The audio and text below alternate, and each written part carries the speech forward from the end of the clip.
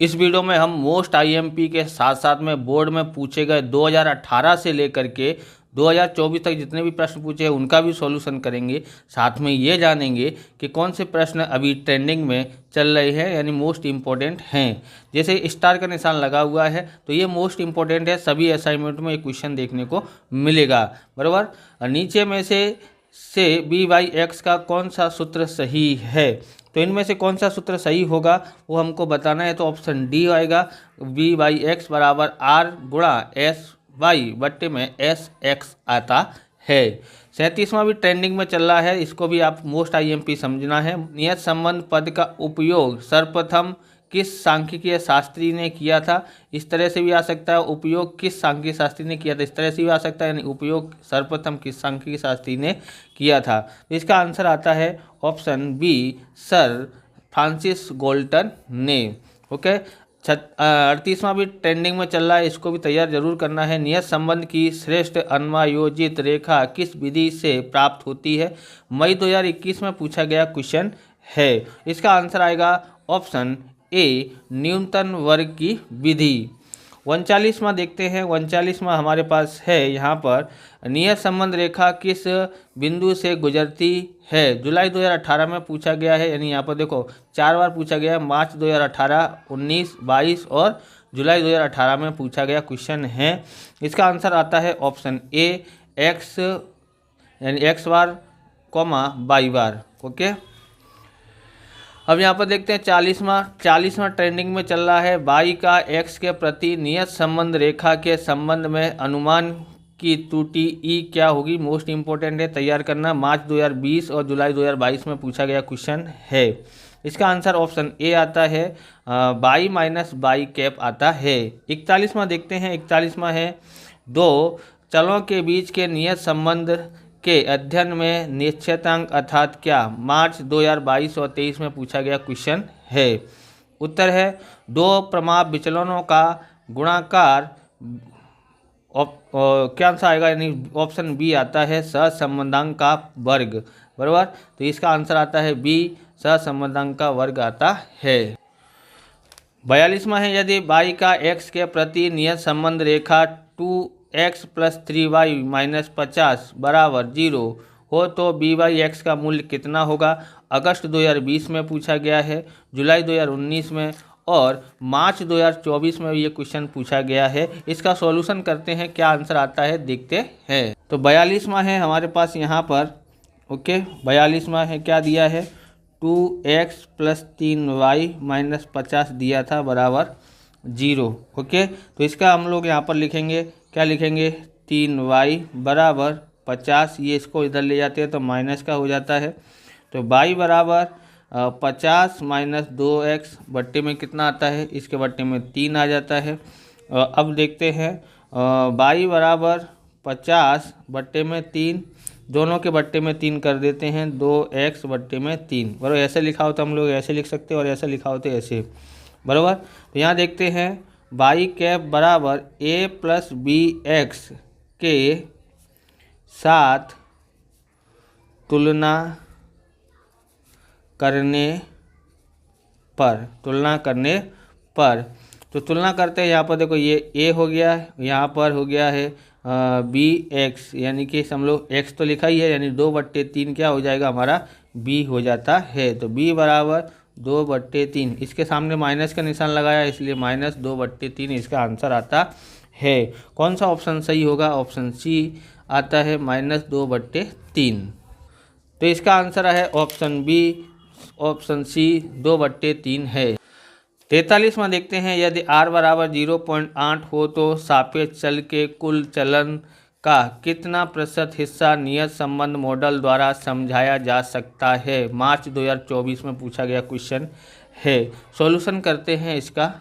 तो कैसे सॉल्यूशन किया जा सकता है, 43वां क्वेश्चन है, r² बराबर r² गुणा 100 करते हैं, बराबर। r² कितना है, r बराबर 0.8 है, उसका वर्ग करते हैं और गुणा 100, इसका वर्ग होता है 0.64 होता है, गुणा 100, क्योंकि प्रतिशत में बोला था इसके लिए, गुणा 100 करते हैं तो 64% आता है। कौन सा ऑप्शन सही है, ऑप्शन बी इसका आंसर है। यानी ऑप्शन बी इसका आंसर आया है। 44वां है, निम्नलिखित में से कौन से दो चल बीच का फलनात्मक संबंध प्रदर्शित करता है? तो इसका आंसर क्या आता है? ऑप्शन बी आएगा, नियत संबंध आता है।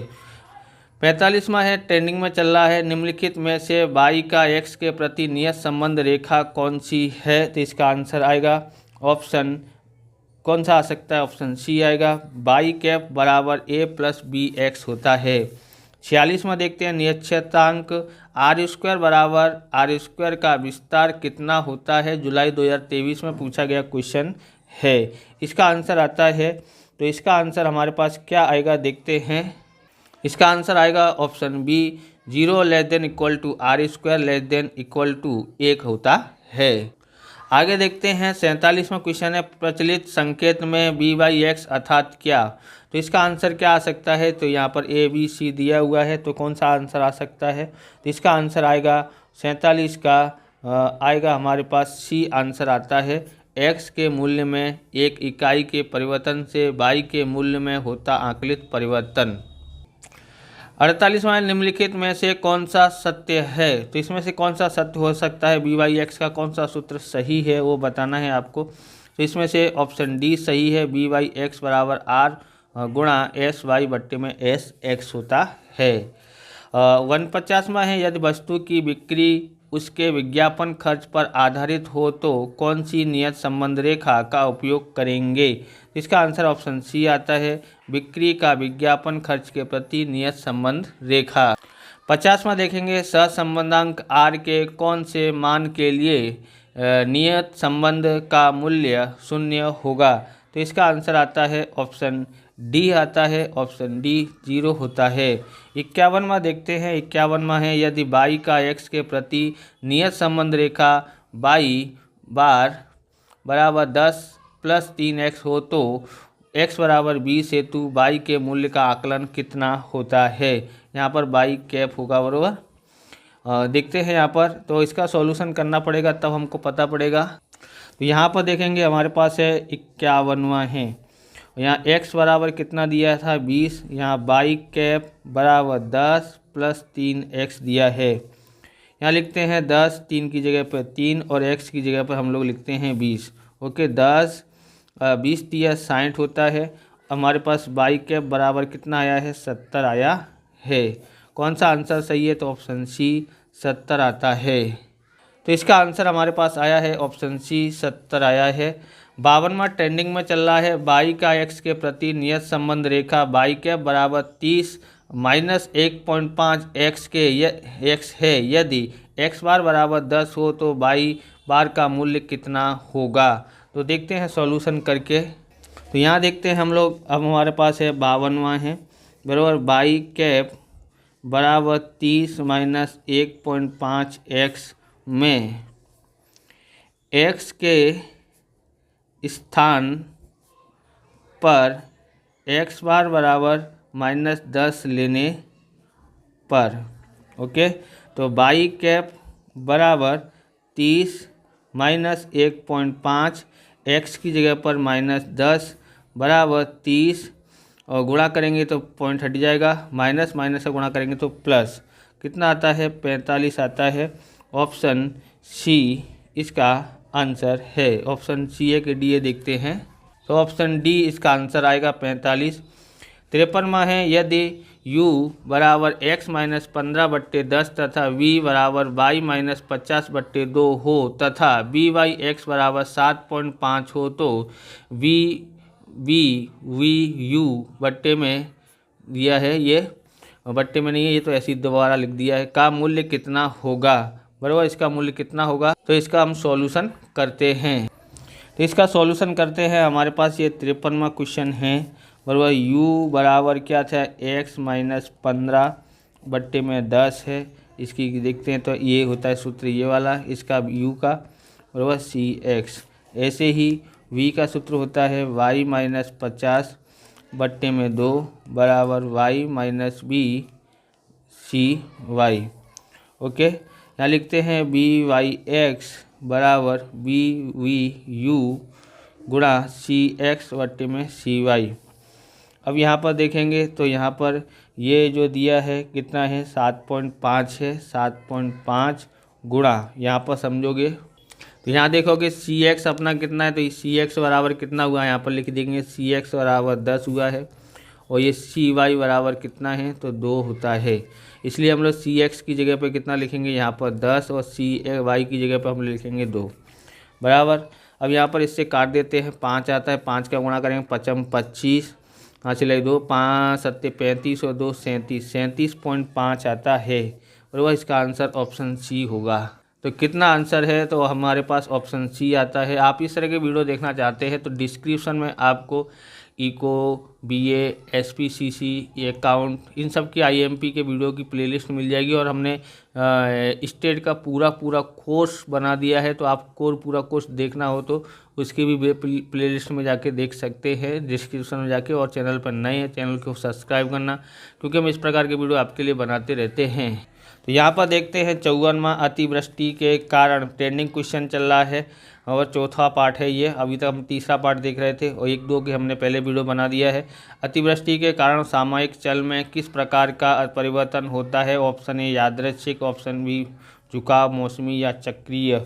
इसका आंसर आता है हमारे पास ऑप्शन ए यादृच्छिक है। 55वां ट्रेंडिंग में चल रहा है, मोस्ट इम्पोर्टेंट है, कर लेना याद। नई टेक्नोलॉजी के कारण किसी वस्तु की मांग में होता असाधारण परिवर्तन सामयिक श्रेणी का कौन सा घटक कहा जाएगा? ऑप्शन ए इसका आंसर आता है दीर्घकालीन घटक होता है।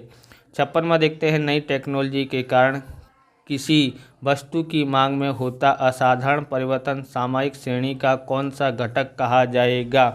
तो इसका आंसर आता है 56वां। तो हम लोग इसका आंसर क्या बताएंगे? तो ऑप्शन क्या आएगा यहाँ पर? वो दीर्घकालीन घटक है, दोनों 55 और 56 समान हैं, देख लेना। 57वां है, ट्रेंडिंग में चल रहा है ये, सामयिक श्रेणी का रेखीय झुकाव मॉडल बताइए। तो मोस्ट इम्पोर्टेंट है, इसको ध्यान में रखना है। ऑप्शन ए इसका आंसर आता है बराबर। वाई टी बराबर alpha plus beta T plus U T बराबर, ये यू है ये टी है।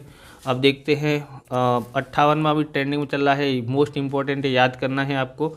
और देखते हैं क्या आता है, मौसमी कमी वृद्धि के कारण सामयिक श्रेणी में किस प्रकार के परिवर्तन होते हैं? मार्च 2020 में पूछा गया क्वेश्चन है। तो ऑप्शन ए दीर्घकालीन, ऑप्शन बी अनियमित, ऑप्शन सी नियमित, ऑप्शन डी शून्य अनुपात में। इसका आंसर आता है, हम लोग यहाँ देखेंगे क्या आंसर आएगा इसका। तो इसका आंसर आता है ऑप्शन सी नियमित होता है। अब यहाँ पर देखते हैं 59वां, हड़ताल से किसी एक कंपनी के उत्पादन में हुई कमी वृद्धि कौन सी कमी वृद्धि को बताती है? मार्च 2018, 19, 22 और 23 में पूछा गया है, 4 बार बोर्ड में पूछा गया है, तो इसको ज़रूर याद कर लेना है आपको। इसका आंसर आता है ऑप्शन ए यादृच्छिक कमी वृद्धि आती है। अगला देखते हैं हम यहाँ पर क्या आएगा इसमें, ऑप्शन ए यादृच्छिक आता है। अगला देखते हैं 60वां भी ट्रेंडिंग में चल रहा है, सामयिक यानी मोस्ट इम्पोर्टेंट है, याद कर लेना। सामयिक श्रेणी का योजनीय मॉडल किस प्रकार प्रदर्शित किया जाता है? मई 2021, जुलाई 2023 में पूछा गया क्वेश्चन है। इसका आंसर आता है ऑप्शन बी आता है, ऑप्शन बी बाई टी बराबर T T plus S T plus C T plus R T. 61वां भी ट्रेंडिंग में चल रहा है, इसको भी ज़रूर याद कर लेना बराबर। सामयिक श्रेणी का निरपेक्ष चल कौन सा है? अगस्त 2020 और जुलाई 2022 में पूछा गया क्वेश्चन है। इसका आंसर आता है ऑप्शन सी टी आता है। 62वां क्वेश्चन है, सामयिक श्रेणी के कौन से घटक का आकलन ज्ञात करना असंभव होता है? मार्च 2024 में पूछा गया क्वेश्चन है। तो ऑप्शन ए इसका आंसर आता है, ऑप्शन ए यादृच्छिक कमी वृद्धि इसका आंसर आता है।